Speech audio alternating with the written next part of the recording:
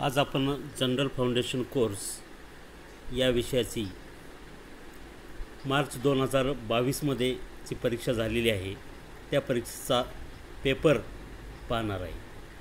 तर ही जी प्रश्नपत्रिका आहे मराठी माध्यम, तर ही प्रश्नपत्रिकेचं स्वरूप, ती प्रश्नपत्रिका कशा पद्धतीने सोडवली पाहिजे, प्रत्येक प्रश्नाची उत्तर कशा पद्धतीने लिहिलं पाहिजे, किती लिहिलं पाहिजे आणि काय लिहिलं पाहिजे उत्तर, हे सर्व या लेक्चरमध्ये तुम्हाला मी सांगणार आहे।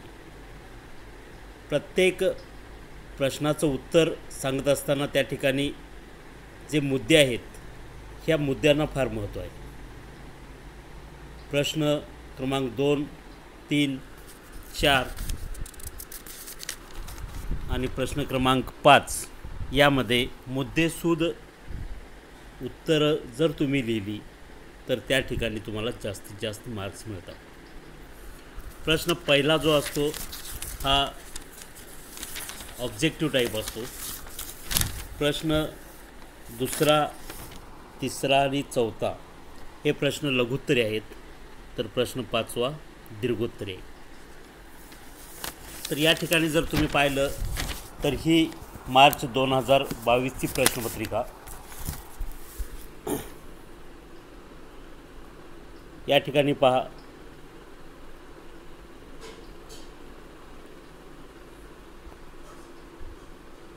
जनरल फाउंडेशन कोर्स या ठिकाणी विषयाचं नाव लिहिलेलं आहे।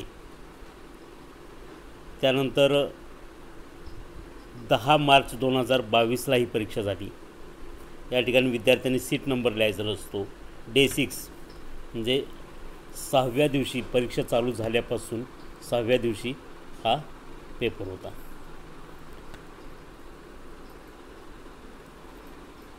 त्याचबरोबर या ठिकाणी एम लिहिलेला आहे, याचा अर्थ काय, मराठी मीडियमचा हा पेपर आहे। या ठिकाणी कोड दिलेला आहे M502। त्यानंतर त्या ठिकाणी विषयाचं नाव दिले जनरल फाउंडेशन कोर्स, विषयाचा कोड आहे 90 आणि एंटरप्रेन्योरशिप डेव्हलपमेंट म्हणजे उद्योजकता विकास। लक्षात। आता सूचना पहा। सर्व प्रश्न आवश्यक आहेत। दुसरा आहे सर्व प्रश्नांना समान गुण आहेत आणि तिसरा आहे उजवीकडील अंक गुण दर्शवतात।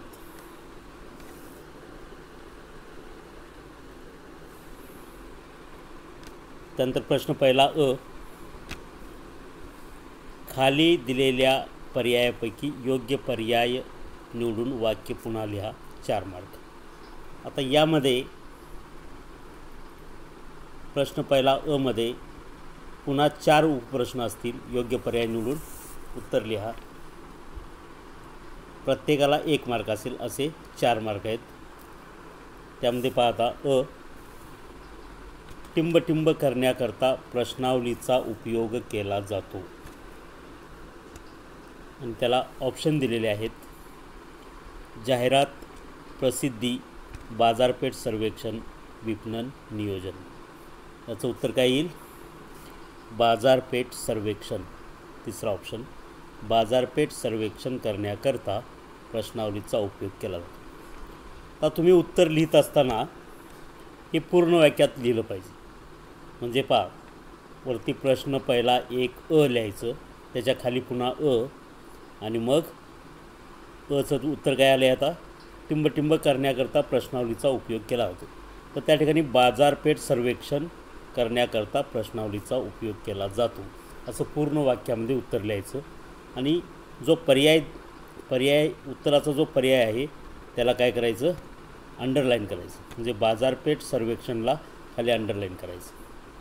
लक्षात, पूर्ण वाक्यात उत्तर लिहायचं। ब, मिटकॉनचे प्रमुख कार्यालय टिंबटिंब येथे आहे आणि याचे ऑप्शन आहेत पुणे, नागपूर, औरंगाबाद, नाशिक। याचं योग्य उत्तर काय येईल, मिटकॉनचे प्रमुख कार्यालय पुणे येथे आहे। लक्षात, पुणे येथे आहे म्हणजे पुणेला त्या ठिकाणी काय करायचं, उत्तर लिहायचं आणि अंडरलाईन करायचं पूर्ण वाक्यामध्ये। मिटकॉनचे प्रमुख कार्यालय पुणे येथे आहे।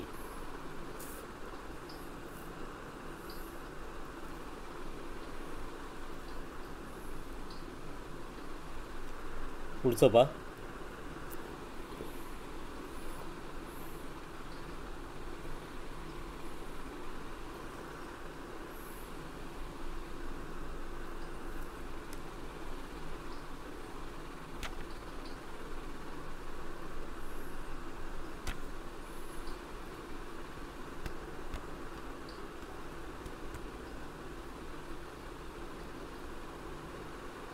क. भांडारात प्राप्त होणाऱ्या सर्व सामग्रीची नोंद टिंबटिंबमध्ये करण्यात येते. भांडारात प्राप्त होणाऱ्या सर्व सामग्रीची नोंद टिंबटिंबमध्ये करण्यात येते. आणि पर्याय आहेत सामग्री प्राप्ती पुस्तक, रोख पुस्तक, सामग्री निर्गमन आणि रोजकीर्द. त्याचं उत्तर काय येईल? भांडारात प्राप्त होणाऱ्या सर्व सामग्रीची नोंद सामग्री प्राप्ती पुस्तक मध्ये करण्यात येते. तर उत्तर आहे सामग्री प्राप्ती पुस्तक.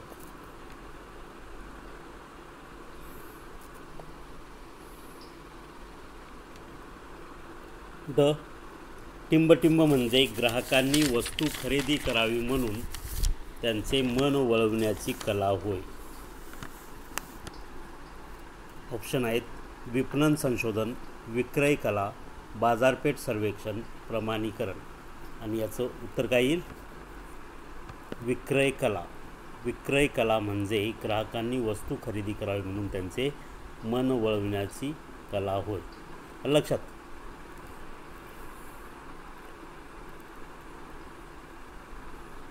आता ब.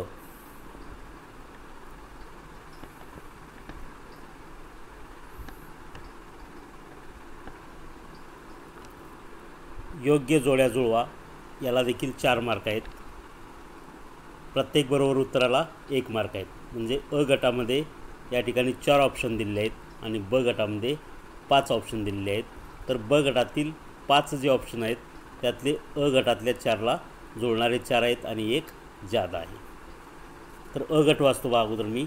ऊसापासून साखर निर्मिती, ग्रामीण भागात अर्थसहाय्य करणारी बँक, जिल्हा उद्योग केंद्राची स्थापना आणि भरतीचा मार्ग. आता याचे उत्तर आपल्याला पाहिजे. त्याच्या अगोदर ब गट एकदा वाचतो. 1978 परिसर मुलाखत, 1982 उत्पादन उद्योग, नाबार्ड. लक्षात. आता अ गटामध्ये पहा ऊसापासून साखर निर्मिती. याचं उत्तर काय येईल? ऊसापासून साखर निर्मिती, उत्पादन उद्योग. आता जोड्या जुळवाचा प्रश्न सोडवत असताना पहा गट अ जो आहे तो सगळा अगोदर लिहून घ्यायचा. डाव्या बाजूला गट अ असं म्हणायचं आणि त्याच्याखाली अ ब क ड असं लिहून घ्यायचं. त्यानंतर गट ब लिहायची आवश्यकता नाही. जे योग्य उत्तर असेल गट अ मधल्या प्रत्येक ऑप्शनला त्याचं योग्य उत्तर बाण करायचं आणि बाणाच्या साहाय्याने बाण करायचं आणि त्याच्या पुढं त्याचं उत्तर लिहायचं. म्हणजे थोडक्यात कसं पहा. आता अ आहे ऊसापासून साखर निर्मिती. याचं उत्तर काय आहे? उत्पादन उद्योग. तर ऊसापासून साखर निर्मिती तुम्ही लिहिलेला आहे. त्याच्या पुढं असा ॲरो दाखवायचा आणि बाण दाखवून त्याच्या पुढं की तो पर्याय आहे चौथा उत्पादन उद्योग. तर असं पूर्ण उत्पादन उद्योग अशा पद्धतीनं लिहायचं. लक्षात. म्हणजे ऊसापासून साखर निर्मिती याचा ऑप्शन काय आला? उत्पादन उद्योग. ऊसापासून साखर निर्मिती बाण दाखवायचा आणि त्याच्या पुढं उत्पादन उद्योग असं लिहायचं. त्यानंतर ब ग्रामीण भागात अर्थसहाय्य करणारी बँक कोणती आहे? यात बघायचं बँकेचं कुठलं नाव दिसतं का? तर दिसतं आहे. कोणती आहे? नाबार्ड. म्हणजे ग्रामीण भागात अर्थसहाय्य करणारी बँक आहे नाबार्ड. क जिल्हा उद्योग केंद्राची स्थापना. जिल्हा उद्योग केंद्राची स्थापना झाली. मग आता हे वर्ष असणार कोणतं तरी, कधी स्थापना झाली. आता ह्याच्यात वर्ष कोणती दिसतात का ब गटामध्ये? तर दिसतात. कोणते दिसतात? 1978 दिसतं आणि 1982. म्हणजे या दोनपैकी असणार आहे. म्हणजे मग कोणता असणार? जिल्हा उद्योग केंद्राची स्थापना कधी झाली यातलं नेमकं तुम्हाला माहिती पाहिजे. तर 1978 याचं उत्तर आहे. त्यानंतर पुढचा आहे ड भरतीचा मार्ग. भरती करण्याच्या वेगवेगळ्या पद्धती आहेत. त्यातली कुठली पद्धत ह्याच्यामध्ये तुम्हाला दिसते का पाहायचं. जी उत्तरं झाली ते वगळून काय शिल्लक राहिलं आहे आता? परिसर मुलाखत आणि 1982, तर 1982चं तर ते असू शकत नाही भरतीचा मार्ग, म्हणून उत्तर काय झालं, परिसर मुलाखत, भरतीचा मार्ग परिसर मुलाखत. तर अशा पद्धतीने प्रत्येक योग्य उत्तराला 1 मार्क असे, योग्य जोड्या जुळवाला 4 मार्क असतील. आता पुढं, खालील विधाने चुकी बरोबर ते लिहा. याला देखील 4 मार्क आहेत. 4 विधानं दिलेली असतील, ते प्रत्येक विधान लिहून त्याच्या पुढं किंवा त्याच्या खाली चूक आहे का बरोबर आहे ते लिहायचं. नव्या व्यवसायासंबंधी कल्पना या सूक्ष्म निरीक्षण, शोधकृती आणि संशोधन यातून तयार होतात. हे काय आहे, चूक आहे का बरोबर आहे. नवीन जेव्हा तुम्ही एखादा व्यवसाय करताय किंवा उद्योग करत असताय, त्या संबंधीच्या ज्या कल्पना आहेत त्या सूक्ष्म निरीक्षण, शोधकृती आणि संशोधन यातून तयार होतात, बरोबर. तर हे विधान बरोबर आहे. तर अशा पद्धतीचे विधान पूर्ण लिहायचं आणि त्याच्याखाली चूक आहे काय बरोबर लिहायचं. तर हे काय आहे, बरोबर आहे. तर हे खाली द्या बरोबर असं लिहायचं. त्यानंतर बँक किंवा वित्तीय संस्था यांच्याकडून आर्थिक मदत घेण्यासाठी प्रकल्प अहवाल आवश्यक असतो. प्रकल्प अहवाल आवश्यक असतो. काय येईल, चूक आहे का बरोबर आहे. तर हे देखील बरोबर आहे. ज्यावेळी तुम्ही बँकेकडून किंवा वित्तीय संस्थेकडून कर्ज घेत असतात त्यावेळी त्या ठिकाणी प्रकल्प अहवालाची आवश्यकता असते. तुमचा प्रकल्प अहवाल पाहूनच तिथं कर्ज दिलं जातं किंवा आर्थिक मदत दिली जाते. म्हणजे हे दुसरं देखील बरोबर आहे. जलवाहतूक ही सर्वात जलद व महाग वाहतूक आहे. हे बरोबर आहे का. जलवाहतूक म्हणजे बोटीतून केली जाणारी वाहतूक, पाण्यातून, ही सर्वात जलद आणि महाग आहे. बरोबर आहे का चूक आहे. तर हे चूक आहे. कारण सर्वात महाग आणि जलद वाहतूक कोणती असेल तर ते हवाई वाहतूक आहे. विमानातून जी आपण वाहतूक करतो ती महाग आणि काय आहे, जलद वाहतूक आहे. म्हणून तिसरं जे विधान आहे हे चूक आहे. त्याचं उत्तर चूक लिहायचं. 4 नंबर, प्रकल्प अहवालामध्ये नवीन व्यवसायाची सर्व माहिती असते. प्रकल्प अहवाल जो तयार करतो आपण त्यामध्ये नवीन व्यवसायासंबंधीची सर्व माहिती असते. हे विधान चूक आहे का बरोबर आहे. तर हे विधान बरोबर आहे.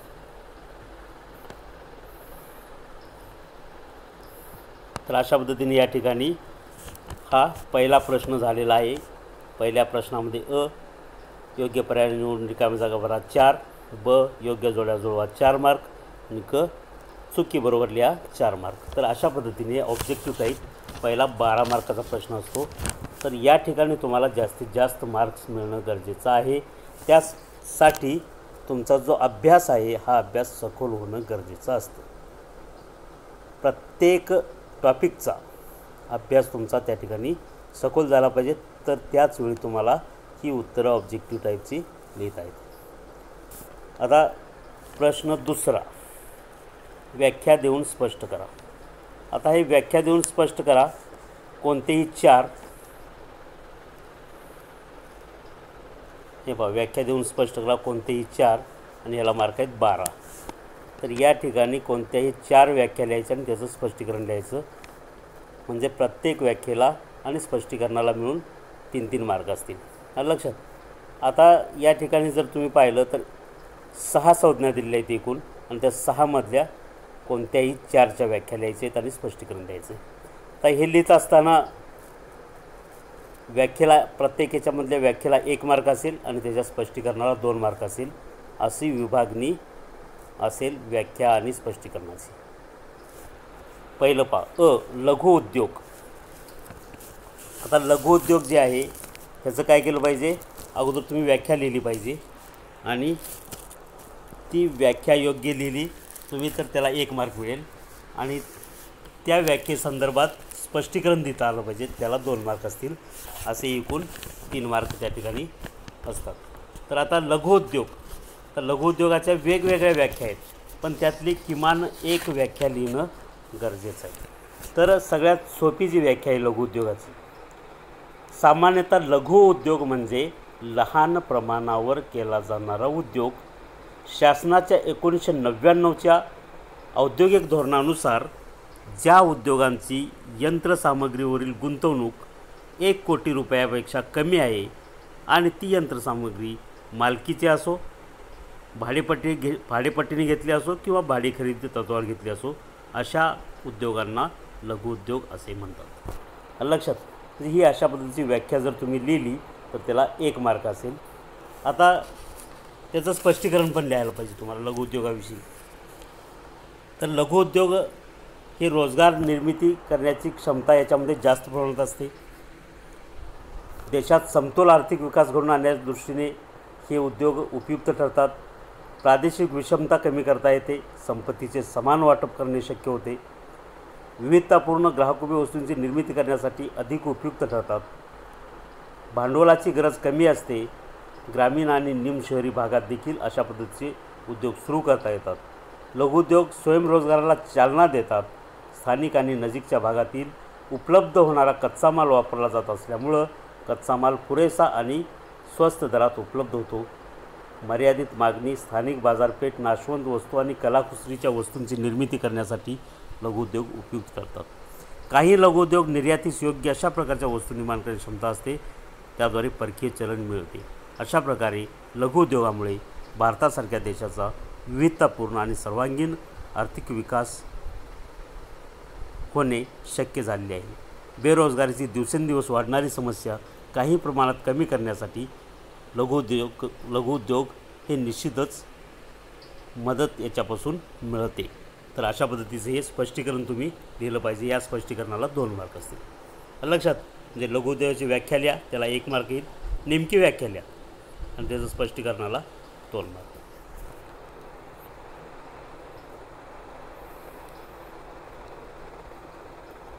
तर अशा पद्धतीने 3 मार्क होतील.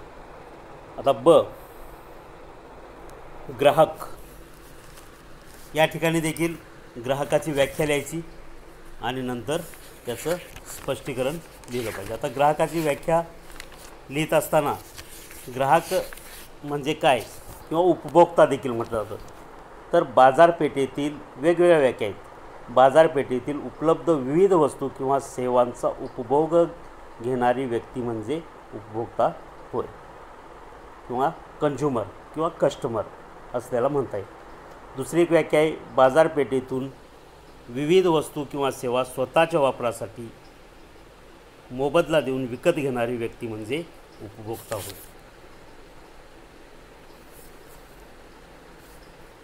तर ह्या झाल्या 2 व्याख्या. अजून एक व्याख्या आहे, जी व्यक्ती नैसर्गिकरित्या मिळणारी किंवा बाजारात उपलब्ध असलेली वस्तू किंवा सेवा ग्रहण करते त्या व्यक्तीस उपभोक्ता किंवा ग्राहक असे म्हणतात. लक्षात. तर अशा पद्धतीने कोणतीही एक व्याख्या त्या ठिकाणी तुम्हाला लिहायची आहे.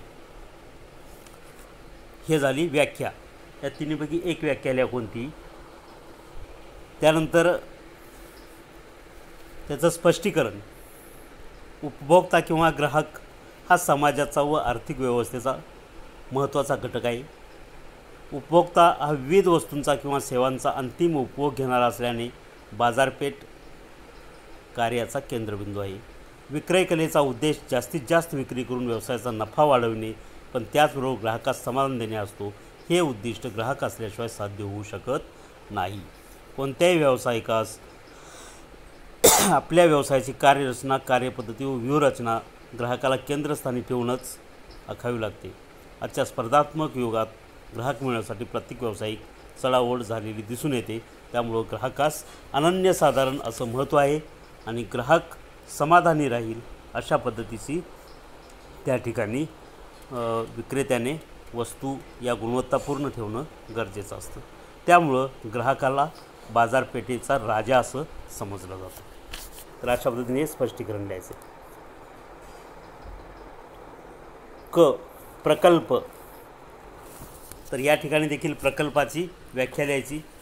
प्रकल्पाच्या ज्या वेगवेगळ्या व्याख्या आहेत त्यामधली एक जी सोपी तुम्हाला व्याख्या वाटेल ती व्याख्या लिहा. विशिष्ट उद्दिष्ट ठराविक कालावधीत साध्य करण्यासाठी शास्त्रशुद्धरित्या विकसित केलेली कार्ययोजना म्हणजे प्रकल्प होय. लक्षात. तर ही झाली प्रकल्पाची व्याख्या. त्याचं स्पष्टीकरण देत असताना विशिष्ट आर्थिक व तांत्रिक उद्दिष्ट पूर्ण करण्यासाठी नियोजित केलेला उपक्रम याला आपण प्रकल्पाला म्हणतो. एखादी गोष्ट घडवून आणण्यासाठी किंवा योजना आखल्याप्रमाणे अंमलात आणण्यासाठी नियोजनबद्ध केलेला आराखडा म्हणजे देखील प्रकल्प होय. हा प्रकल्प औद्योगिक, व्यावसायिक, कृषी, शैक्षणिक किंवा विकासात्मक असू शकेल.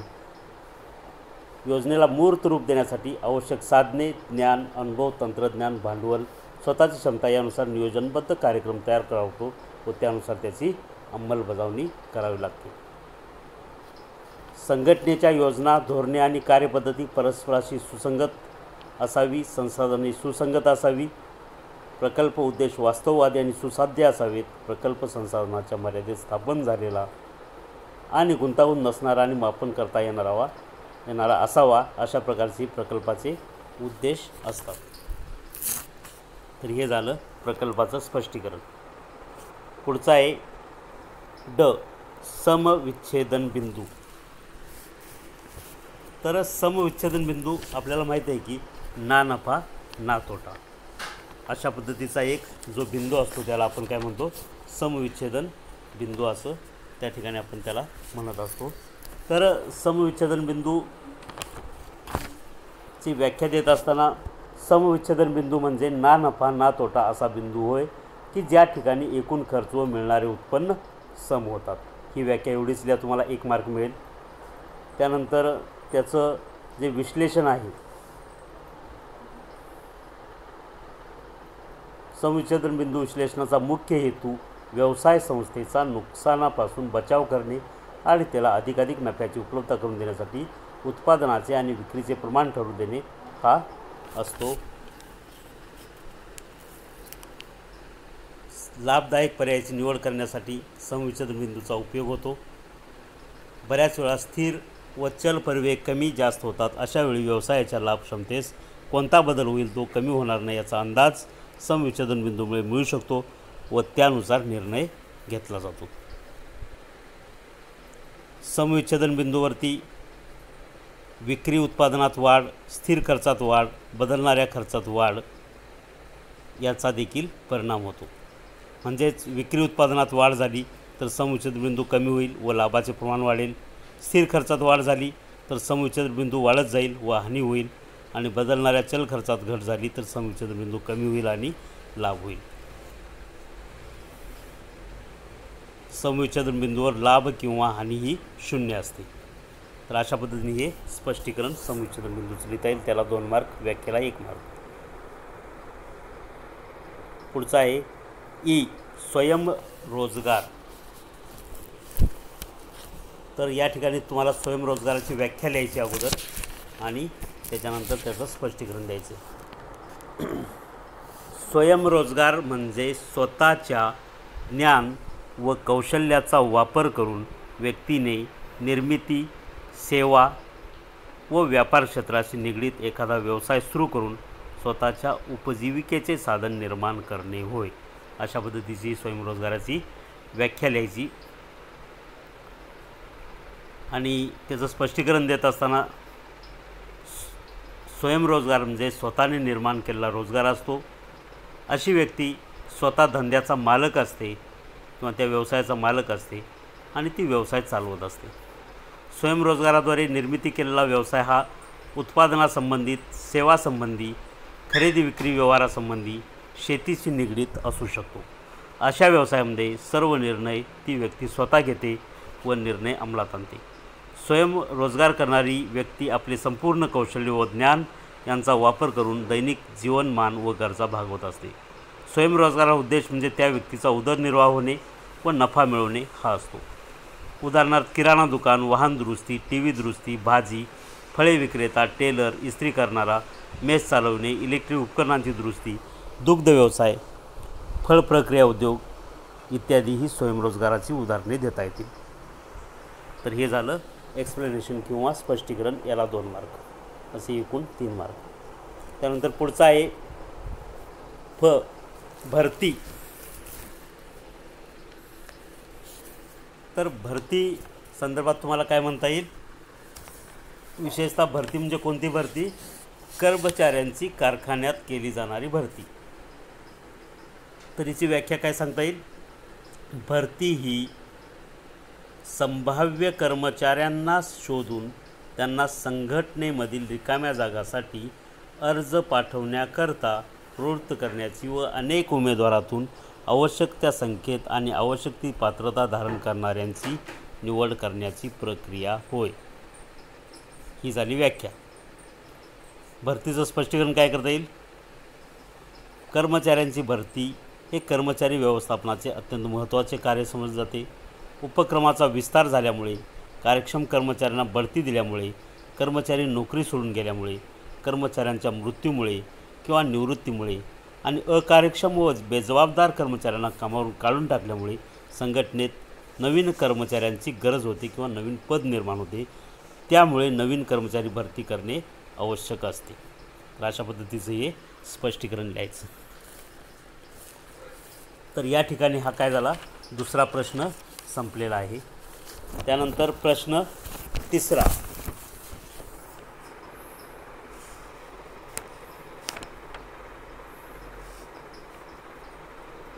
प्रश्नपत्रिकेचे 2 पेज झाले. दुसरा प्रश्न संपलेला आहे. पुढचा प्रश्न तिसरा.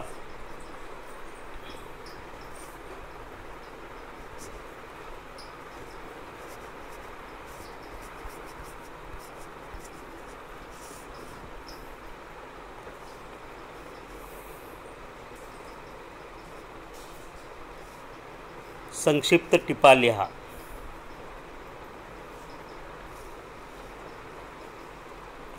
संक्षिप्त टिपा लिहा. कोणत्याही 4, 12 मार्क. पहिली टिप आहे भारतीय औद्योगिक विकास बँक IDBI. तर या ठिकाणी 12 मार्काला कोणत्याही 4 टिपा लिहायच्या आहेत. 6 दिलेले असतील त्यापैकी 4 टिपा लिहायच्या. प्रत्येक टिपला किती मार्क आहे? 3 मार्क आहे. भारतीय औद्योगिक विकास bank IDBI industrial development bank of India. तर हे लिहित असताना या ठिकाणी तुम्हाला बँकेची स्थापना लिहावी लागेल, बँकेची थोडक्यात कार्य लिहावी लागतील. त्यावेळीच ती टीप पूर्ण होईल.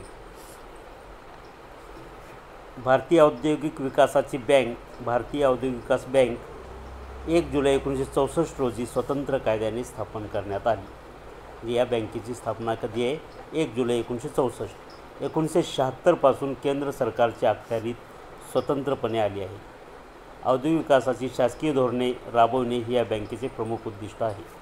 म्हणजे जी औद्योगिक विकासाची धोरणं आहेत शासनाची, ती धोरणं राबवणे ही या बँकेचं मुख्य उद्दिष्ट आहे. अविकसित व मागास विभागासाठी कार्य करणारी ही विकास बँक आहे.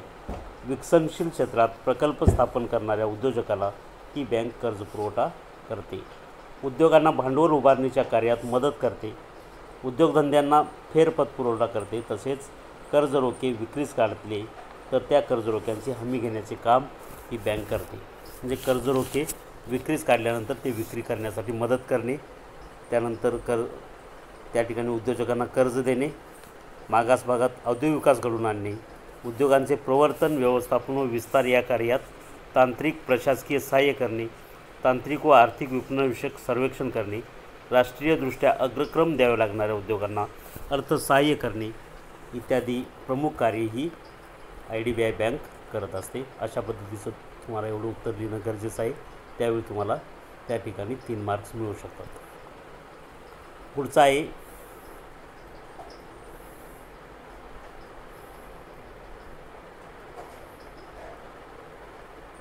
कल्पनेचा शोध.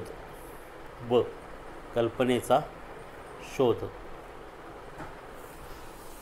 तर कोणताही उद्योग सुरू करत असताना कल्पना सुचणं गरजेचं असतं. ती कल्पना कशा पद्धतीने सुचते हे त्या ठिकाणी लिहायचं आहे. कल्पनेचा source search for business idea असं त्याला म्हटलं जातं. उद्योग व्यवसाय सुरू करण्याची मानसिक तयारी झाल्यानंतर उद्योजक उद्योगासंबंधी कल्पनांचा शोध घेऊ लागतो. कोणताही व्यवसाय किंवा उपक्रम हा व्यक्तीच्या कल्पनेचाच आविष्कार असतो आणि म्हणूनच कल्पनेचा शोध ही बाब उद्योजकतेच्या बाबतीत अत्यंत महत्त्वपूर्ण ठरते. एखादा नवीन उद्योगधंद्याची कल्पना ही पुढील बाबीवरून लक्षात येऊ शकते. म्हणजे कल्पना कशी सुचते पहा. 1 नंबर वापरात न येणारा कच्चा माल. 2 नंबर समाजाला किंवा ग्राहकाला न मिळणाऱ्या सेवा किंवा एखादे उत्पादन. 3 नंबर स्पर्धकास जास्त मिळणारा नफा. 4 नंबर एखाद्या उत्पादनातून निर्माण होणारा व वाया जाणारा माल. तर अशा प्रकारे ही कल्पना सुचत असते. क. महाराष्ट्र लघुउद्योग विकास महामंडळ. तर लघुउद्योगांना मार्गदर्शन करण्यासाठी, त्यांना सोयीसुविधा पुरवण्यासाठी, कर्ज देण्यासाठी हे जे महाराष्ट्र लघुउद्योग विकास महामंडळ कार्य करत असतं. महाराष्ट्र राज्यामध्ये हे महामंडळ असल्यामुळे त्याला महाराष्ट्र लघुउद्योग विकास महामंडळ असं म्हटलं आहे. MSSIDC असं शॉर्ट फॉर्म त्याचा इंग्लिशमध्ये आहे. म्हणजेच काय, Maharashtra small scale industries development corporation. या महामंडळाची स्थापना सन 1962 झाली. लघुउद्योजकांना कच्चा मालाचा पुरवठा करणे तसेच विपणन सहाय्य देणे या प्रमुख उद्देशाने महामंडळाची स्थापना करण्यात आलेली आहे. लघुउद्योजकांच्या विविध गरजांची पूर्ती करण्यासाठी व लघुउद्योजकांचा सर्वांगीण विकास व्हावा या दृष्टीने महामंडळ कार्यरत आहे. महामंडळ लघुउद्योजकांना विविध बाबीवर सल्ला देणे, विपणन सहाय्य करणे, तांत्रिक आणि व्यवस्थापनाबद्दल प्रशिक्षण देणे, कच्चा माल व व्यापारी गोदाम सेवा, आयात व निर्यात सहाय्य इत्यादी सहाय्य देण्याचे कार्य करत आहे. महामंडळामार्फत लघुउद्योग विकासासाठी पुढील प्रमुख कार्य करण्यात येतात किंवा योजना राबवली जातात. त्यामध्ये प्रामुख्याने 1 नंबर कच्च्या मालाची उपलब्धता करून देणे, गोदामांची सुविधा पुरविणे, विपणन सहाय्य व विक्री व्यवस्था करणे, पूरक उद्योगांच्या वाढीसाठी खास प्रयत्न करणे, आयात निर्यातीस सहाय्य करणे, सुशिक्षित बेरोजगारांना सहाय्य करणे, हस्तकला कौशल्य विकासासाठी पोषक वातावरणाची निर्मिती करणे, उत्पादन वस्तूंची गुणवत्ता चाचणी व दर्जा नियंत्रण, उद्योजकता विकास प्रशिक्षण शिबिरांचे आयोजन करणे, व्यापारी प्रदर्शने व मेळावे भरवणे, उद्योजकांना प्रकल्पासाठी मदत आणि मार्गदर्शन करणे ही प्रमुख कार्य या ठिकाणी महाराष्ट्र लघुउद्योग विकास महामंडळामार्फत केली जातात. पुढचं टिप आहे परिव्यय घटक. ड. परिव्यय घटक. तर जे परिव्ययाचे घटक आहेत ते परिव्ययाच्या घटकांविषयी नेमकं उत्तर त्या ठिकाणी तुम्हाला लिहिता आलं पाहिजे. तर परिव्ययाचे कोणकोणते घटक आहेत? सामग्री, श्रम आणि इतर खर्च हे परिव्ययाचे 3 मुख्य घटक आहेत.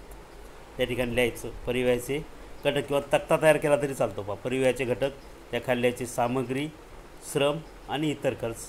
सामग्रीमध्ये पुन्हा प्रत्यक्ष आणि अप्रत्यक्ष सामग्री. परिव्ययाच्या घटकातला दुसरा घटक श्रम, प्रत्यक्ष श्रम, अप्रत्यक्ष श्रम. इतर खर्चामध्ये प्रत्यक्ष खर्च आणि अप्रत्यक्ष इतर खर्च. त्या ठिकाणी तुम्हाला सामग्री, श्रम आणि इतर खर्च याविषयी थोडक्यात लिहिता देखील आलं पाहिजे. कोणत्याही वस्तूच्या निर्मितीकरता कच्च्या मालाची गरज असते. उत्पादनासाठी लागणाऱ्या कच्च्या मालाला सामग्री असे म्हणतात आणि ही सामग्री 2 प्रकारची असते, प्रत्यक्ष सामग्री, अप्रत्यक्ष सामग्री. जी सामग्री वस्तू निर्मिती करण्यासाठी प्रत्यक्ष वापरली जाते त्याला प्रत्यक्ष सामग्री म्हणतात आणि प्रत्यक्ष त्या वस्तू त्या ठिकाणी वापरली जात नाही पण त्या सहभाग असतो त्याला अप्रत्यक्ष सामग्री म्हणतात. उदाहरणार्थ प्रत्यक्ष सामग्रीमध्ये समजा कापडासाठी कापूस, कपाटासाठी लोखंड, खुर्ची तयार करण्यासाठी लाकूड लागतं म्हणजे त्या ठिकाणी लाकूड वापरतो आपण, किंवा कापड तयार करण्यासाठी कापूस वापरतो. ही काय झाली प्रत्यक्ष सामग्री. तर अप्रत्यक्ष सामग्री काय येईल? त्या मशीनसाठी लागणारं वीज, तेल, ग्रीस, कोळसा, यंत्रसामग्री, साफसफाई करण्यासाठी लागणारं कापड ही काय झाली अप्रत्यक्ष सामग्री. तसंच श्रमाचं आहे. प्रत्यक्ष श्रम करून वस्तू बनवणारे ही प्रत्यक्ष श्रम आणि प्रत्यक्ष श्रम करत नाहीत पण त्यांचा सहभाग असतो म्हणजे कार्यालयीन स्टाफ ही अप्रत्यक्ष श्रम. तर अशा पद्धतीचं या ठिकाणी तुम्हाला विश्लेषण देखील थोडक्यात लिहिता आलं पाहिजे. महत्त्वाचं म्हणजे काय, परिव्ययाचे घटक 3 हे लिहिता आलं पाहिजे, सामग्री, श्रम आणि इतर खर्च. आणि त्या तिन्हीचे परत उपप्रकार आहेत प्रत्यक्ष आणि अप्रत्यक्ष. हे त्या ठिकाणी महत्त्वाचं लिहिणं गरजेचं आहे. पुढचं आहे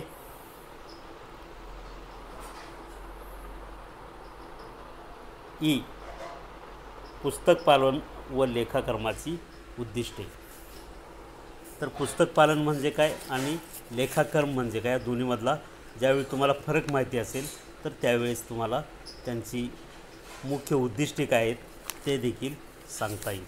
तर पुस्तक पालन आणि लेखाकर्म जे आहे हे एकमेकाला पूरक आहे. पुस्तक पालनाची प्रक्रिया अगोदर सुरू होते आणि त्याच्यानंतर लेखाकर्म सुरू होतं, परंतु हे दोन्ही एकमेकाला पूरक आहेत, त्यामुळे यांची जी उद्दिष्टे आहेत ही मात्र सारखी आहेत. तर त्यामध्ये पुस्तक पालन लेखाक्रमाची मुख्य जी उद्दिष्टे आहेत त्यामध्ये 1 नंबर व्यवसायातील नफा तोटा जाणून घेणे, 2 नंबर व्यवसायाची आर्थिक स्थितीची माहिती करून घेणे, 3 नंबर धनको आणि ऋणकोची माहिती प्राप्त करून घेणे, 4 आहे मालमत्ता व देणी माहीत करून घेणे, 5 आहे विशिष्ट वेळी व्यवसायात नगद राशी तसेच बँकेत शिल्लक किती आहे याबद्दलची माहिती जाणून घेणे, 6 नंबर मालाची खरेदी विक्री तसेच स्टॉक जाणून घेणे, 7 नंबर उत्पन्न व खर्चाची माहिती प्राप्त करून घेणे, 8 नंबर कर दायित्वाची माहिती प्राप्त करून घेणे, 9 नंबर भविष्यात किती भांडवलाची गरज भासेल याचे अनुमान करणे आणि 10 नंबर लाभदायकतेचा तुलनात्मक अभ्यास करणे. ही काय झाली की पुस्तक पालन आणि लेखाक्रमाची काय झाली उद्दिष्टे आहेत. विपणनातील 4 P's ते मार्केटिंग आहे. या मार्केटिंगमध्ये जे 4 P आहेत या 4 Pला खूप महत्त्व आहे. तर हे 4 P's कोणते आहेत तर ते पहा. विपणनातील 4 P's तर त्यामध्ये 1 number product mix, P product mix, P price mix, P promotion mix आणि 4 P फिजिकल डिस्ट्रीब्युशन मिक्स. म्हणजे 4 P's हे 4 P आहेत. Product mix, price mix, promotion mix, physical distribution mix, म्हणून त्याला 4 P's म्हटलं जातं. आता प्रॉडक्ट मिक्स किंवा वस्तू मिश्रमध्ये वस्तू नियोजनाचा विकास, मुद्रीकरण, बांधणी, लेबलिंग याचा समावेश होतो. प्राइस मिक्समध्ये म्हणजेच किंमत मिश्रमध्ये किंमतविषयक धोरण ठरवणे, सूट आणि उधारीची सवलत याचा समावेश येईल. प्रमोशन मिक्स किंवा याला विक्रय वृद्धी मिक्स म्हणतात. याच्यामध्ये विक्रय वृद्धीच्या योजना आखणे, त्या संदर्भात जाहिरात करणे, विक्रय वृद्धीमध्ये वाढ होणे, विक्रय वृद्धी होण्यासाठी जाहिरात करणे, प्रसिद्धी देणे आणि बाजारपेठ संशोधन करणे. फिजिकल डिस्ट्रीब्युशन मिक्स किंवा याला वितरण मिश्र असं म्हटलं जातं. त्यामध्ये वितरण साखळ्या तयार करणे, मालाची साठवण करणे आणि अनुषंगिक सेवा पुरवणे याचा समावेश होतो.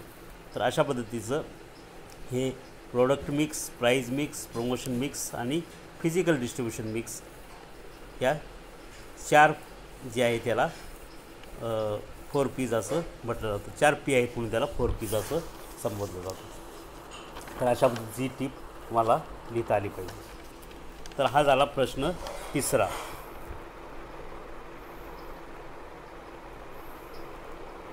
त्यानंतर आता प्रश्न 4था.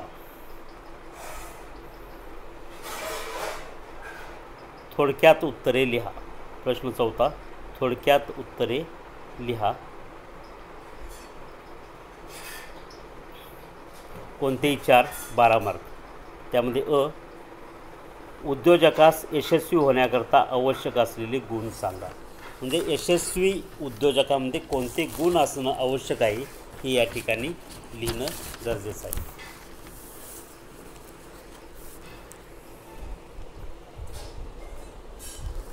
तर यशस्वी उद्योजक जो आहे हा यशस्वी उद्योजकाला नेहमी आपला उद्योग कशा पद्धतीने वाढीस लागेल याचा ध्यास मुख्यत्वे लागलेला असतो.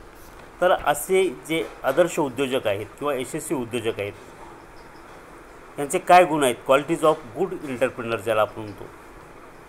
तर उद्योग अंगीकारणारा किंवा उद्योग करणारा जो उद्योजक किंवा नाविन्याचा आविष्कार करणारा जो असतो त्याला उद्योजक असं आपण समजतो. तर जोखीम पत्करणारा जो आहे त्याला देखील आपण उद्योजक म्हणतो. उत्पादन घटकांना एकत्र आणून उत्पादन घडवून आणणारा जो असतो त्याला उद्योजक म्हणतो. असे वेगवेगळ्या दृष्टिकोनातून उद्योगाकडे पाहिले जाते. अशा या उद्योजकामध्ये कोणते गुण असणं किंवा चांगल्या उद्योजकामध्ये यशस्वी उद्योजकामध्ये कोणते गुण असणं गरजेचं आहे. तर त्यामध्ये 1 नंबर त्याचं शिक्षण, त्याचं योग्य ते एवढं शिक्षण झालेलं असलं पाहिजे. तो सुशिक्षित आणि प्रशिक्षित असला पाहिजे. त्याचे व्यावसायिक ज्ञान आत्मसात करण्यासाठी आवश्यक असलेली पात्रता धारण त्यांनी केली असावी आणि ज्या प्रादेशिक भाषा आहेत तसेच इंग्रजी आणि हिंदी या भाषा त्याला आल्या पाहिजेत. म्हणजे ज्या प्रदेशामध्ये तुम्ही व्यवसाय स्थापन करणार आहे तिथली प्रादेशिक भाषा, उदाहरणार्थ महाराष्ट्रात जर व्यवसाय स्थापन करायचं आहे तर तुम्हाला मराठी आली पाहिजे, त्याच्यावर हिंदी इंग्रजी आली पाहिजे. तुम्ही जर गुजरातमध्ये उद्योग स्थापन करताय तर तुम्हाला गुजराती भाषेचं ज्ञान असलं पाहिजे, गुजराती बोलता आली पाहिजे आणि हिंदी इंग्रजी आलं पाहिजे, या भाषांचं ज्ञान पाहिजे. योग्य ज्ञान असणं गरजेचं आहे. मग त्याच्यामध्ये तांत्रिक ज्ञान असेल, व्यवस्थापकीय ज्ञान असेल, संगणकीय ज्ञान असेल किंवा अर्थशास्त्रातलं आणि व्यावहारिक ज्ञान असेल, हे ज्ञान असणं गरजेचं आहे. तिसरं आहे आदर्शवाद. उद्योजकामध्ये आदर्शवाद असला पाहिजे. म्हणजे काय, तिची विचारसरणी जी आहे ही आदर्शवादी असली पाहिजे. कारण उद्योजकाकडं इतर लोक जे आहेत एक आदर्श म्हणून असतात, म्हणून तो उद्योजक आदर्शवादी विचारसरणीचा असला पाहिजे. 4 नंबर अचूकता. उद्योजकाची जी प्रत्येक कृती आहे ही अचूक अशी असली पाहिजे. निर्णय अचूक घेता आले पाहिजेत आणि त्या निर्णयाची अंमलबजावणी करता आली पाहिजे. 4 नंबर आहे अवलोकन शक्ती. उद्योजकाची निरीक्षण किंवा अवलोकन शक्ती ही तीक्ष्ण असली पाहिजे आणि त्याचे सर्व बाबीवरती बारकाईने लक्ष असणं गरजेचं आहे. 6 नंबर आहे दूरदृष्टी. उद्योजकामध्ये दूरदृष्टी असावी. पुढं काय घडामोडी घडणार आहे त्याची त्याला माहिती झाली पाहिजे. ग्राहकांच्या काय आवडीनिवडी आहेत याची त्याला माहिती घेता आली पाहिजे आणि त्यानुसार उत्पादन करता आलं पाहिजे. 7 नंबर आहे शोधक वृत्ती. आपल्या उपक्रमामध्ये बदलत्या परिस्थितीनुसार फेरबदल करण्यासाठी किंवा अत्याधुनिक तंत्रज्ञान वापरून नवीन प्रकारचं वस्तूचं उत्पादन करण्यासाठी किंवा परिवर्तन करण्यासाठी त्याच्यामध्ये शोधक वृत्ती असणं गरजेचं आहे. शोधक वृत्तीमुळे तो फेरबदल किंवा सुधारणाबाबत विचार व कृती करू शकतो. 8 नंबर आहे धोका स्वीकारण्याची तयारी आणि साहसी प्रवृत्ती. उद्योजक हा धोका स्वीकारणारा पाहिजे. धोक्याने तो घाबरून जाता कामा नये आणि म्हणजेच त्याच्यामध्ये साहस किंवा धाडस असणं गरजेचं आहे. 9 नंबर नेतृत्व. उद्योजकामध्ये नेतृत्व गुण असणं गरजेचं आहे. कारण जर स्वतः उद्योजक त्या ठिकाणी चांगलं नेतृत्व करत असेल तर त्याच्यामागं जी त्याचे कामगार आहेत, स्टाफ आहे, हा देखील चांगल्या प्रकारे त्या ठिकाणी काम करू शकतो. म्हणजे नेतृत्व गुण असणं गरजेचं आहे. सर्वांना बरोबर घेऊन सर्वांना सांभाळून त्या ठिकाणी काम करून घेणारा असा नेता म्हणून उद्योजकाकडं पाहिलं जातं. 10 मध्ये नाविन्य. उद्योजकाला नाविन्याची आवड असली पाहिजे. नवनवीन उत्पादन आपल्याला तयार करायचं आहेत. लोकांच्या काय गरजा आहेत त्याच्यानुसार नवीन पद्धतीच्या लोकांचे जे राहणीमान सुधारते तशा पद्धतीच्या वस्तू तयार करता आल्या पाहिजेत. 11 नंबर व्यक्तिमत्व.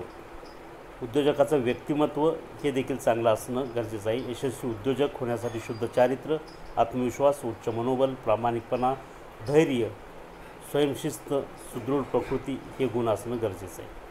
12 नंबर विश्लेषण करण्याची प्रवृत्ती. एखादा निर्णय घेत असताना किंवा उत्पादनामध्ये फेरबदल करत असताना जो काय आपण नवीन निर्णय घेतो त्या निर्णयाचं विश्लेषण करून सांगण्याची प्रवृत्ती. त्या स्टाफला, कामगारांना विश्लेषण करून सांगता आलं पाहिजे. त्यांना तो उद्योग आपला आहे हे त्या एक्सप्लेनेशनमधून पटवून देता आलं पाहिजे उद्योजकाला.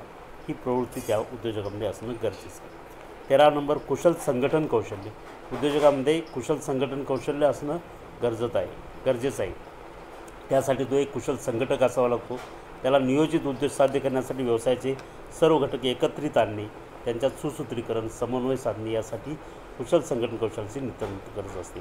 त्यासाठी उद्योजक हा कुशल संघटक असावा. ते उत्पादनाचे घटक आहेत भूमी, श्रम, भांडवल आणि संयोजक या सर्व घटकांना एकत्रित आणून त्यांचं संघटन त्याला करता आलं पाहिजे. पुढचा आहे जबाबदारीची जाणीव. उद्योजकाला आपण एक जबाबदार व्यक्ती आहे याचं भान ठेवून काम करावं लागतं. त्याचबरोबर आपल्या सहकार्यामध्ये उपक्रमावरच्या जबाबदारीची जाणीव देखील त्याला निर्माण करता आली पाहिजे. 15 नंबर आहे व्यावहारिकता. उद्योजकाच्या अंगी व्यावहारिकता हा गुण असणं गरजेचं आहे.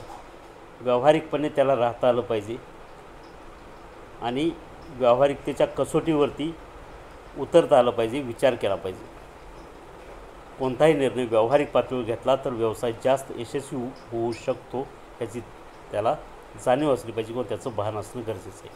आणि 16 नंबर आहे तडजोड. उद्योजकाजवळ तडजोडीची प्रवृत्ती असावी लागते. म्हणजे कोणताही निर्णय घेत असताना कठोर त्याच निर्णयाला चिटकून न राहता थोडी तडजोड करण्याची जर प्रवृत्ती असेल तर त्या ठिकाणी स्टाफ जो आहे किंवा जे कामगार आहेत हे देखील त्यांच्या निर्णयाशी सहमत होतात. त्यामुळे तडजोडीचं धोरण ठेवता आलं पाहिजे.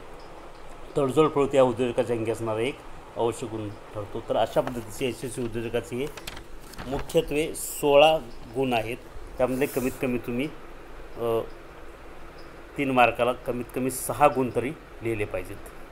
लक्षात विथ एक्सप्लेनेशन, म्हणजे ते 6 गुण आणि त्याचं स्पष्टीकरण तुम्हाला लिहिता आलं पाहिजे. यापैकी पुढचा आहे ब, बाजारपेठ संशोधनाची प्रक्रिया सांगा. तर बाजारपेठ संशोधन करत असताना ही बाजारपेठ संशोधन म्हणजे काय आणि कशासाठी करावं लागतं हे त्या ठिकाणी तुम्हाला लिहिणं अपेक्षित आहे. बाजारपेठ संशोधनाची प्रक्रिया.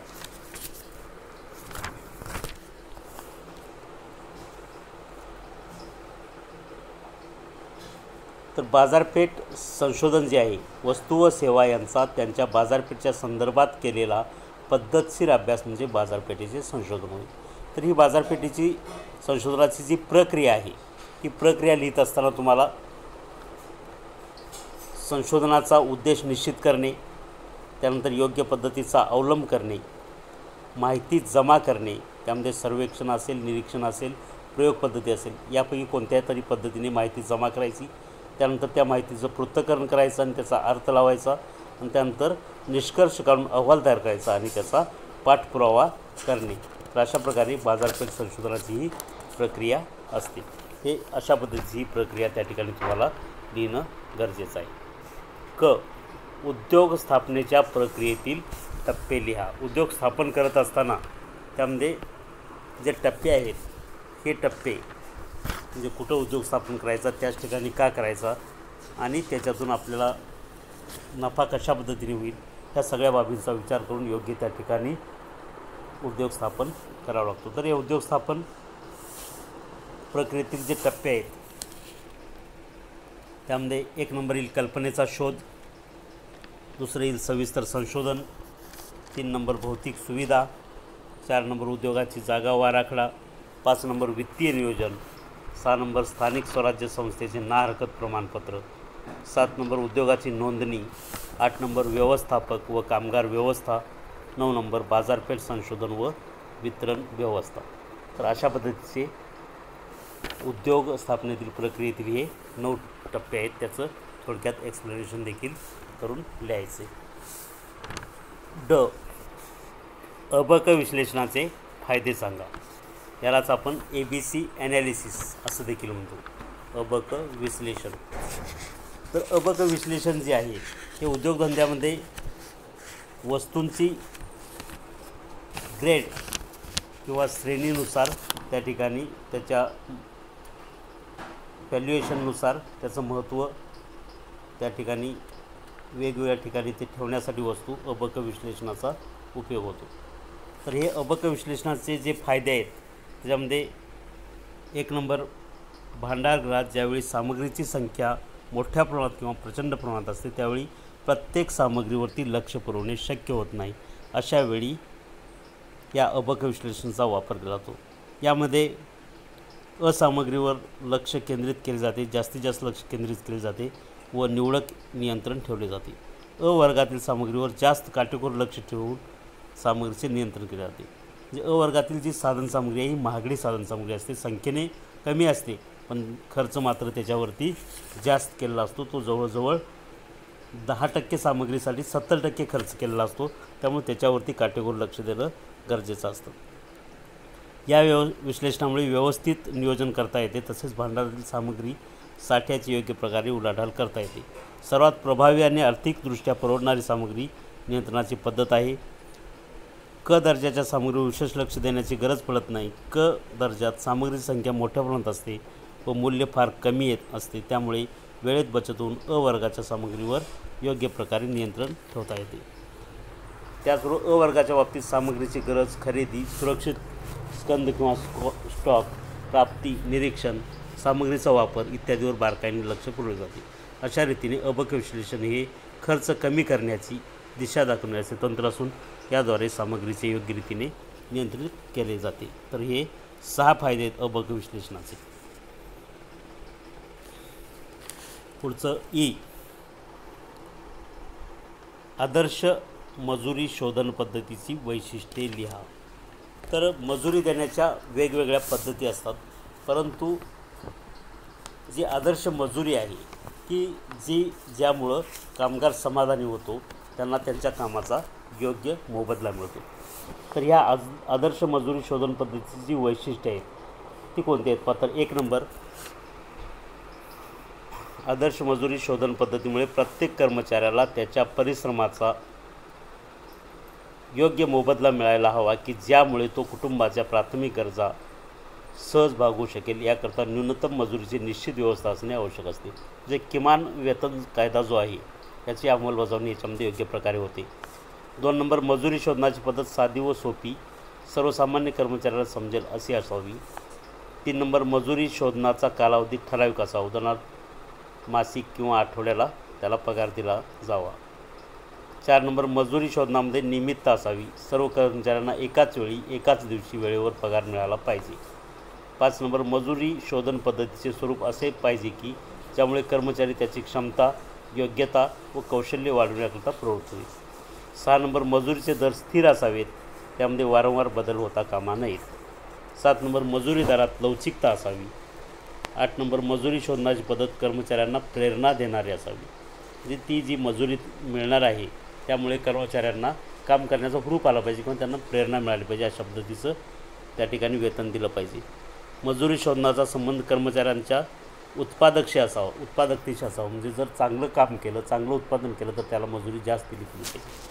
मजुरी शोधण्याची पद्धती कर्मचारी व मालक या दोन्ही पक्षांना लाभदायक असावी. ही जी पद्धत आहे त्याच्यामुळं कर्मचारी देखील समाधानी असला पाहिजे आणि मालक वर्गाला देखील ती पद्धत परवडली पाहिजे. अशा पद्धतीची लाभदायक ही योजना असणं गरजेचं आहे.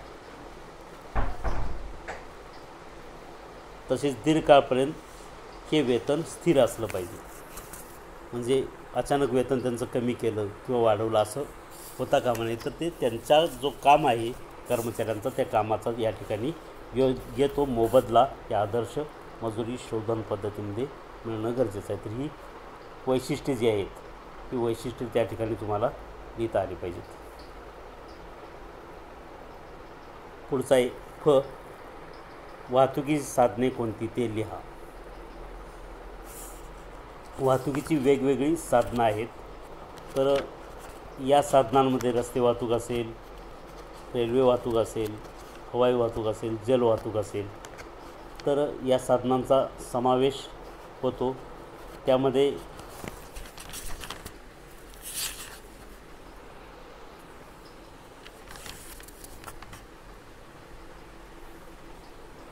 जमिनीवरील वाहतूक, जल वाहतूक, हवाई वाहतूक. तर जमिनीवरील वाहतुकीमध्ये 2 प्रकार पडतात, रस्ते वाहतूक आणि रेल्वे वाहतूक, आहे की नाही.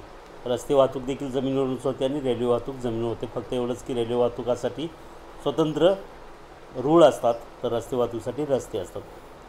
तर रस्ते वाहतुकीमध्ये जो समावेश होतो तो मानवी किंवा हमाल जे आहेत ते प्राणी, बैलगाडी, सायकल, रिक्षा, ट्राम गाडी, टेम्पो, रिक्षा, मेटाडोर, बस, ट्रक इत्यादी काय झाली रस्ते वाहतूक. रेल्वे वाहतुकीमध्ये प्रवासी गाड्या, मालगाड्या यांचा समावेश होतो. जलवाहतुकीमध्ये देशांतर्गत आणि सागरी जलवाहतूक. देशांतर्गत जे आहेत तर नद्या, कालवे वाहतूक, यामधून नद्या आणि कालवेमधून होणारी वाहतूक, त्यावेळी विशेषतः होड्या आणि नावा यांचा समावेश होतो. तर सागरी वाहतूकमध्ये किनारी आणि आंतरराष्ट्रीय वाहतूक, त्यामध्ये मालवाहू जहाजे आणि प्रवासी बोटी, लायनर्स, ट्रॅम्स, टँकर्स यांचा समावेश त्या ठिकाणी होत असतो सागरी वाहतुकीमध्ये. आंतरराष्ट्रीय प्रवासी वाहतूक देखील त्याला म्हटलं जातं.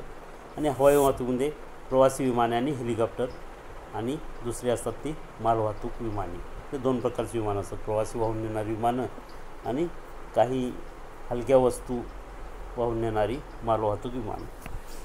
तर अशा पद्धतीची ही काय झाली वाहतुकीची साधनं, ही तुम्हाला त्या ठिकाणी लिहिता आली पाहिजे.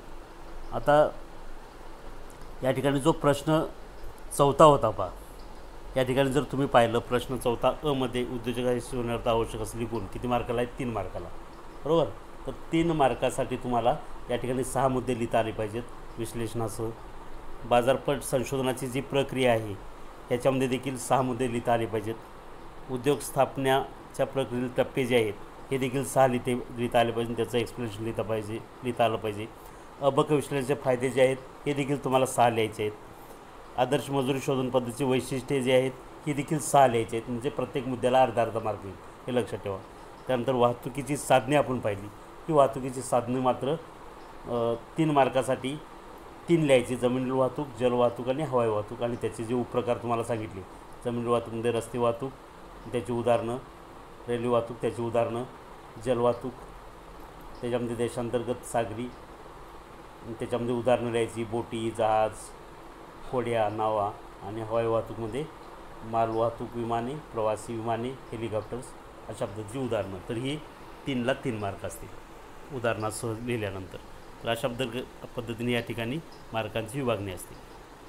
तर हा झाला 4था प्रश्न. आता आपल्याला पाहायचं आहे शेवटचा दीर्घोत्तरी 5वा प्रश्न. खालील प्रश्नांची उत्तरे लिहा. आता यामध्ये पहा, त्याच्यामध्ये अ आणि ब 2 दिलेले असतात 6 मार्काला. किंवा पुन्हा प्रश्न, किंवाच्या नंतर पुन्हा 5वाच प्रश्न आहे. म्हणजे खालील प्रश्नांची उत्तरे लिहा. अ ब लिहा 6 मार्काचे सुरुवातीचे, किंवा त्याच्यानंतर प्रश्न 5वा दिला आहे तो सोडवा. त्याच्यामध्ये देखील 6 मार्काचे 2 प्रश्न आहेत, अ आणि ब. आता हे करत असताना प्रश्न 5वा जे सुरुवातीला अ आणि ब आहे बा, हे पूर्ण दोन्ही सोडवा. किंवा जर ह्यातलं एखादं येत नसेल तर खाली जे पुन्हा अ आणि ब आहे हे दोन्ही सोडवा. ज्याच्यामधले दोन्हीच्या दोन्ही येतात ते सोडवायचे. असं करायचं नाही की वरच्यातला एक आणि खालच्यातला एक. असं जर केलं तर तुम्हाला एकाचेच मार्क मिळणार, जे जास्त आहेत ते. म्हणजे 12 मार्काचा प्रश्न असून देखील तुम्ही वरच्यातला एक 6 मार्क सोडवला, खालचा एक 6 मार्क सोडवला, याचा अर्थ काय होतो, तो 6च मार्काचा प्रश्न तुम्ही सोडवला असा होतो तुम्हाला. त्यामुळं तुम्हाला 6 पैकी जे काय ते मार्क मिळतील, दोन्हीचे एकत्र मिळणार नाहीत. त्यासाठी अगोदर कोणतं आपल्याला सोडवता येतं, कोणतं सोपं आहे ते बघायचं. जे प्रश्न 5वा वरती अ आणि ब दिले ते जर दोन्ही येत असतील तर ते सोडवा. खालचे वाचून घ्या. त्या दोन्हीतलं जर एक येतं किंवा एक पण येत नाही तर त्याचा विचार सोडून द्या. किंवा वरच्यातलं एक येतं आहे आणि खालचे दोन्ही अ ब येतात तर खालचे दोन्ही सोडवा, वरच्याचा विचार सोडून द्या. तेव्हा तुमचं ते 12 मार्काचा प्रश्न होईल. लक्षात, वरच्यातलं एक आणि खालच्यातलं एक सोडवलं 6 मार्क, म्हणजे तुम्हाला 6 पैकी मार्क मिळतील. जे कमी मार्क आहे त्याला ट्रँगल होईल किंवा एक्स्ट्रा समजलं जाईल. त्याच्यामुळं दोन्ही अ ब, वरचे तरी दोन्ही अ ब सोडवायचे किंवा खालचे तरी दोन्ही अ ब सोडवायचे. सर्व सोडवण्याची गरज नाही. लक्षात. आता हे पाहूया आपण. खालील प्रश्नांची उत्तरे लिहा. अ, प्रकल्पाचे आकारमान निर्धारण करणारे घटक लिहा. प्रकल्पाचा जो आकार आहे, तर हा प्रकल्पाचा आकार निर्धारित करणारे जे घटक आहेत, म्हणजे प्रकल्प लहान आहे, मोठा आहे, मध्यम आहे, हे कसं ठरवायचं, किंवा प्रकल्पाचा आकार कसा ठरवायचा, याचे घटक काय असतात, तर ते आता आपल्याला या प्रश्नाच्या उत्तरामध्ये लिहावं लागेल. प्रकल्पाचे आकारमान निर्धारण करणारे घटक. तर प्रकल्पाचे आकारमान निर्धारित करणारे जे विविध घटक आहेत, त्यामध्ये 1 नंबर वस्तूचे स्वरूप. तुम्ही त्या ठिकाणी कशा प्रकारच्या वस्तू बनवत आहेत याच्यानुसार तो प्रकल्प लहान आहे का मोठा आहे ते ठरतो. उदाहरणार्थ तुम्ही विविध प्रकारच्या मोठमोठ्या यंत्रसामुग्री बनवताय, टी व्ही बनवताय, वॉशिंग मशीन बनवताय, तर त्या ठिकाणी हे उद्योग मोठे असतील. परंतु तुम्ही एखाद्या उद्योगामध्ये कलाकुसरीचं, नक्षीचं काम बनवताय, छोटी छोटी वस्तू बनवताय, मातीच्या वस्तू बनवताय, हे काही छोट्या उद्योगामध्ये, म्हणजे वस्तूचं आकारमान या ठिकाणी लहान येईल. मोठ्या वस्तू बनवत असताना, यंत्रसामुग्री बनवत असताना, विद्युत उपकरण बनवत असताना त्या ठिकाणी वस्तूचं आकारमान हे मोठं येईल. म्हणजे वस्तूचे स्वरूप त्या ठिकाणी कशा पद्धतीच्या वस्तू बनवताय हे महत्त्वाचं आहे. दुसरं आहे उत्पादनाचे प्रमाण. तुम्ही किती प्रमाणात उत्पादन करता. जर मोठ्या प्रमाणात उत्पादन बनवत असाल, क्वांटिटी जर जास्त असेल तर तो उद्योग वस्तूचा आकारमान मोठा असेल. आणि जर तुम्ही उत्पादन कमी प्रमाणात बनवणार असाल, मोठ्या वस्तू जर पण आहेत पण त्या ठिकाणी दिवसातून एखादी वस्तू तयार होणार असेल, म्हणजे त्या ठिकाणी वस्तूचं काय होईल, उत्पादनाचं प्रमाण हे जर कमी असेल तर आकारमान देखील लहान येईल. तिसरा एक गुंतवणूक आणि लाभाचे प्रमाण. तुम्ही जर कोट्यावधी करोडो रुपये जर गुंतवले असतील तर त्या ठिकाणी तो उद्योग मोठा येईल किंवा आकारमान मोठं येईल. परंतु तुम्ही काही लाखामध्ये जर गुंतवणूक केली असेल तर त्या उद्योगाचं आकारमान हे काय असेल, लहान असेल, आकाराने तो उद्योग लहान असेल. चौथा आहे बाजारपेठ. तुमची जर बाजारपेठ राष्ट्रीय आंतरराष्ट्रीय स्वरूपाची असेल तर त्या ठिकाणी उद्योगधंदा तो हा आकाराने मोठा असतो. परंतु उत्पादन तुमची जिल्हा पातळीवरती किंवा राज्य पातळीवरती किंवा स्थानिक बाजारपेठ जर असेल तर त्या ठिकाणी ही बाजारपेठ स्थानिक पातळीवरती असल्यामुळं तुमचा उद्योगाचं जे आकारमान आहे कमी येईल किंवा लहान येईल. पाचवा आहे भांडवलाची उपलब्धता. तुमच्याकडे जर मोठ्या प्रमाणात भांडवल उपलब्ध असेल किंवा मिळत असेल तर त्या ठिकाणी उद्योगाचं आकारमान मोठं असतं. पण भांडवल गुंतवणूक क्षमता जर तुमची कमी असेल किंवा भांडवल जर उपलब्ध होणार नसेल तर त्या ठिकाणी उद्योगाचं आकारमान लहान असतं. उद्योजकाची कार्यक्षमता. उद्योजकाला त्याची जर कार्यक्षमता जास्त असेल, त्याची लिंकेज इतर उद्योजकांबरोबर चांगला असेल, कर्मचारी मोठ्या प्रमाणात तो ठेवून स्टाफ मोठ्या प्रमाणात नेमणूक करून त्यांच्याकडून काम जर करून घेत असेल, अशा पद्धतीत त्याची जर कार्यक्षमता असेल तर तो उद्योगाचं आकारमान मोठं असतं. अन्यथा उद्योगाचं आकारमान लहान असतं. म्हणजे उद्योगाची कार्यक्षमता महत्त्वाची आहे. 7 नंबर वाहतुकीचा खर्च. वाहतुकीवरती जर जास्त मोठ्या प्रमाणात खर्च होत असेल तर याचा अर्थ त्या ठिकाणी कच्चा माल जास्त असेल, तो पक्का माल बाहेर जास्त विक्रीला बाजारपेठेत जातो, म्हणजे उद्योगाचं आकारमान हे मोठं आहे. परंतु वाहतुकीचा खर्च कमी येतो, याचा अर्थ उद्योगाचं आकारमान लहान आहे. 8 नंबर सरकारी नीती. सरकारची धोरणं जर अनुकूल असतील तर त्या ठिकाणी उद्योग तुम्हाला वाढवता येतो, म्हणजे उद्योगाचं आकारमान वाढवता येतं. पण सरकारी धोरण किंवा सरकारची नीती जी आहे ही प्रतिकूल असेल तर त्या ठिकाणी उद्योगधंदा वाढवता येत नाही उद्योजकाला आणि आकारमान त्याचं कमी ठेवावं लागतं. 9 नंबर आहे औद्योगिक वातावरण. औद्योगिक वातावरण जे आहे हे जर चांगलं असेल, कामगार आणि मालक यांच्यातील संबंध जर सलोख्याचे असतील तर त्या ठिकाणी उद्योगधंदा वाढीस लागतो, म्हणजेच आकारमान मोठं असतं. परंतु जर उद्योगधंद्यामध्ये मालक कामगार सलोख्याचे संबंध नसतील, त्यांच्यामध्ये तंटे होत असतील, त्या ठिकाणी संप करत असतील कामगार, तर अशा वेळेस त्या उद्योगधंद्याचं जे आकारमान आहे लहान असतं. कारण उद्योजक त्या ठिकाणी उद्योगधंदे वाढवण्यासाठी इच्छुक नसतात. उलट त्या ठिकाणी जर कामगार जर संप करत असतील, त्यांना जर समाधान वाटत नसेल तर काम आणि जर त्याच्यातून नफा जर मिळत नसेल मालकाला देखील, तर त्या ठिकाणी हा उद्योगधंदा मालक वाढीस लावत नाही आणि उलट कमी करतो उत्पादन. तर त्या ठिकाणी औद्योगिक वातावरण जर चांगलं नसेल, अनुकूल नसेल, चांगलं नसेल तर त्या ठिकाणी उद्योगाचं आकारमान हे कमी असतं किंवा लहान असतं.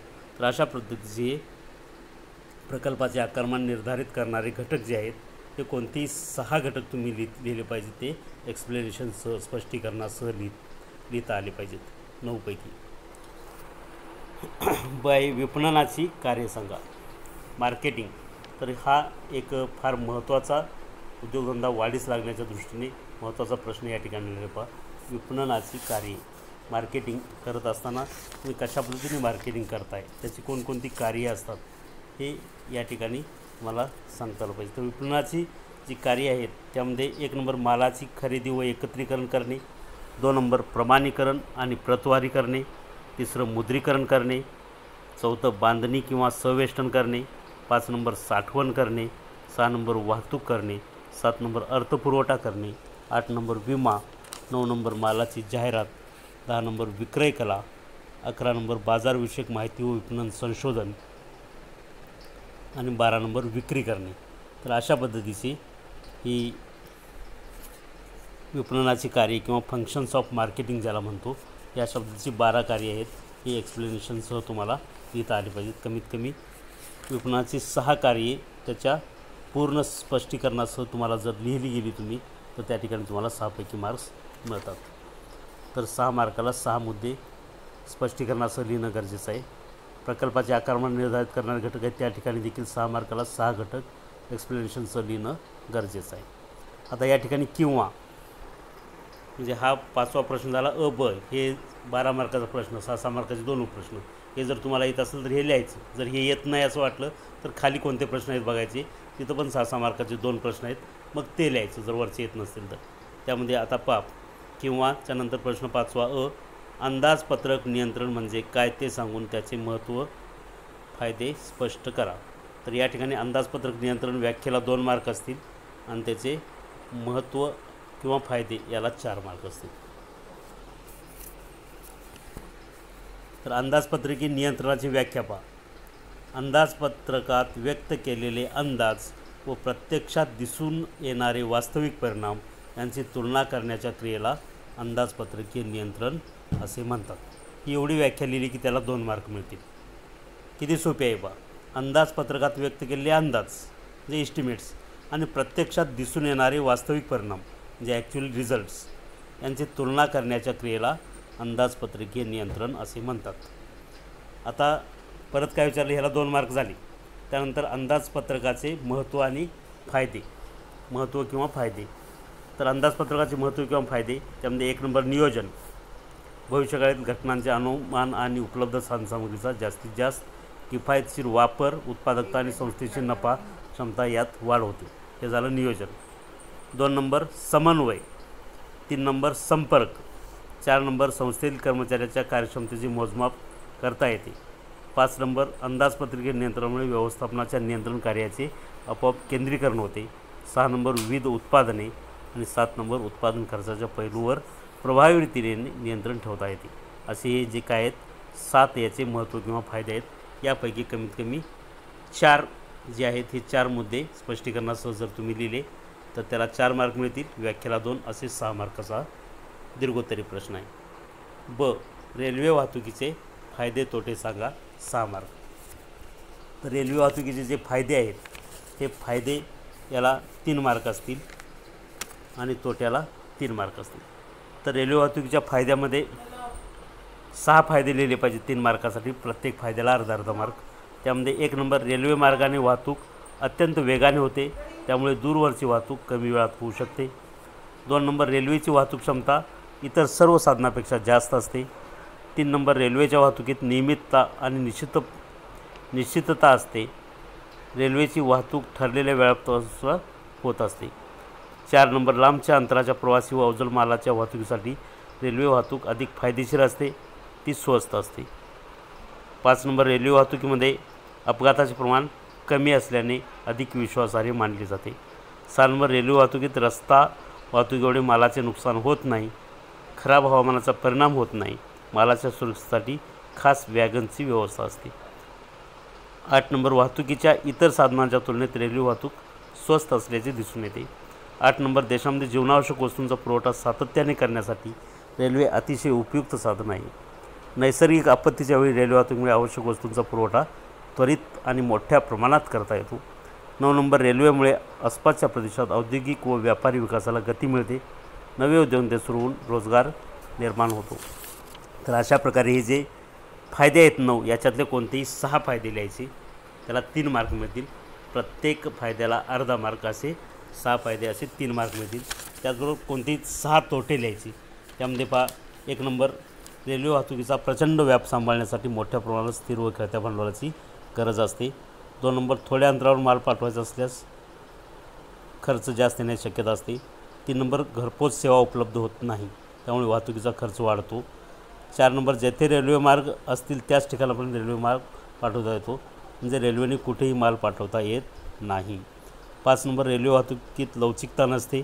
6 नंबर रेल्वे मार्गाला जोडून रस्ते असल्याशिवाय रेल्वेचा फायदा मिळू शकत नाही. 7 नंबर अपघात प्रसंगी मोठी जीवित व मालाची हानी होण्याची शक्यता असते.